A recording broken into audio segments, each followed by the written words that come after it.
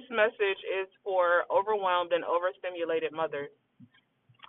One thing that I want to discuss this morning is accepting what happened in your childhood, whether it was through a mother wound, a father wound, a sibling wound, a wound from another relative.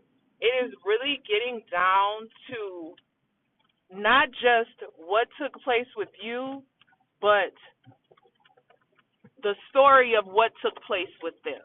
Because once you find out the story of what took place with the person that brought you the most trauma in your life, you will be able to walk that thing down and understand that now if you are a Bible believer, the word says, for we wrestle not against flesh and blood, but against powers and principalities and the bringing down of strongholds.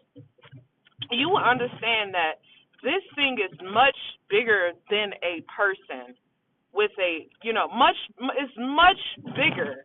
It goes way beyond consciousness when it comes to the things that someone possibly did that caused you to have a traumatic experience. And once you begin to walk that trauma backwards and you begin to research that trauma and learn, not just through that person, because sometimes people have a problem with being honest.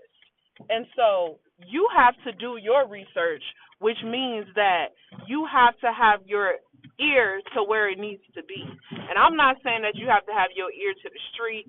I'm not saying that you have to listen to the gossip that took place from some relatives, but when you begin to really listen to know and understand and become wiser versus listening to respond, you can find out a lot of information, and you will begin to see that there may be an instance where your trauma was just not a result of one person.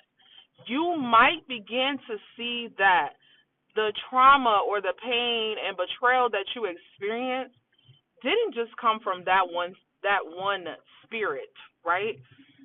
It came from a long line of those spirits where people might not have had boundaries, or people might have been who they were. And, when you hook up with others and you procreate with others, you have to be very, very wise when going into these contracts and becoming a parent when you are